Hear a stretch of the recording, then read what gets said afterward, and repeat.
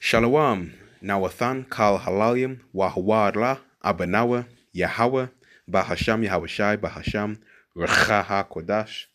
Double honor to the elder apostles of the great millstone GMS who rule well, whom teach well, and salutations to the elect. Abba Ratazar, Father willing, this lesson is edifying. So today we're going to delve into the book of 1 Samuel, chapter 31. And in the previous chapter, the Lord brought a great spoil, by the hand of David and his men, and also having them deliver their loved ones, their wives and their children, from the hands of the Amalekites that had raided their town, in their absence. Yeah. So subheading says Saul and his sons slain. Okay. And this shifts focus back to the battle that had been building up the war between the Philistines and Israel. Okay. Building up to the war between the Philistines and the Israelites. So 1 Samuel chapter 31 and verse 1 reads, Now the Philistines fought against Israel, and the men of Israel fled from before the Philistines and fell down slain in Mount Gilboa. So of course the Israelites were losing the battle. It was going in favor of the Philistines. Verse 2, And the Philistines followed hard upon Saul and upon his sons, and the Philistines slew Jonathan and Abinadab and Malchishua, Saul's sons. Okay. So they ended up killing his sons after they caught him. All right. Verse 3, And the battle went sore against Saul, and the archers hit him, and he was sore wounded of the archers. All right. And Saul keeps on, charge. All right. Yeah. His card is going. He's going. They ended up shooting those arrows, and a couple of them hit him, probably, striking vital organs. All right. So it's looking like he won't make it at all. All right. He's like, keep going, charge, keep going. But, hit by the archers. And again, he's looking like he won't make it. Verse 4, Then Saul said unto his armor-bearer, Draw thy sword and thrust me through therewith, lest these uncircumcised come and thrust me through and abuse me. All right, basically, I'm too weak right now, but I'm still alive. Before they get to me, come and kill me, or else, they'll come and torture me or what have you. All right.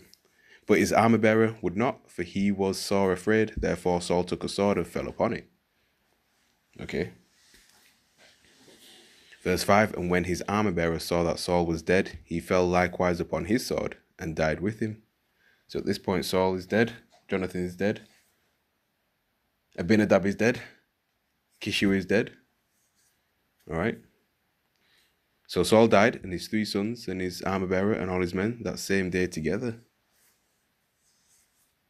Verse 7, And when the men of Israel that were on the other side of the valley, and they that were on the other side Jordan, saw that the men of Israel fled, and that Saul and his sons were dead, they forsook the cities and fled, and the Philistines came and dwelt in them. Philistines are the so-called Africans, the Hamites. Okay. So when they saw the battle, they said, Damn, we lost this. All right? And Saul is dead, and his sons, we don't stand a chance. So they fled. Verse 8, And it came to pass on the morrow, when the Philistines came to strip the slain. Okay, so they came to the battlefield, to see if there's any weapons and valuables, right? Valuable stuff, things of that nature. Right? They came to pick them up, clean them, use them, That they found Saul and his 3 sons fallen in Mount Gilboa. Okay. Yeah. Verse 9. And they cut off his head, right, decapitated him, okay, and stripped off his armor and sent into the land of the Philistines round about to publish it in the house of their idols and among the people. Yeah, so they took his armor all around, basically, to show, look, we got the king of Israel, all right. Verse 10, And they put his armor in the house of Ashtaroth, and they fastened his body to the wall of Bethshan. So they were parading his body to show, right? Number 1, to disgrace Israel. And number 2, to show that we basically won. Verse 11, And when the inhabitants of Jabesh Gilead heard of that which the Philistines had done to Saul, all the valiant men arose and went all night, and took the body of Saul and the bodies of his sons from the wall of Bethshan.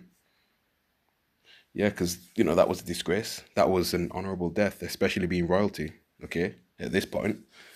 So these men go and recover the bodies and, came to Jabesh and burnt them there. All right? Yeah? 13. And they took their bones and buried them under a tree at Jabesh and fasted 7 days. Yeah? Fasted for 7 days. And after they took the bones and buried them under a tree at Jabesh. Yep, so that's the end of Saul's legacy. And of course, the end of the book of 1 Samuel chapter 31. All right, yeah, very short chapter, just 13 verses. Okay.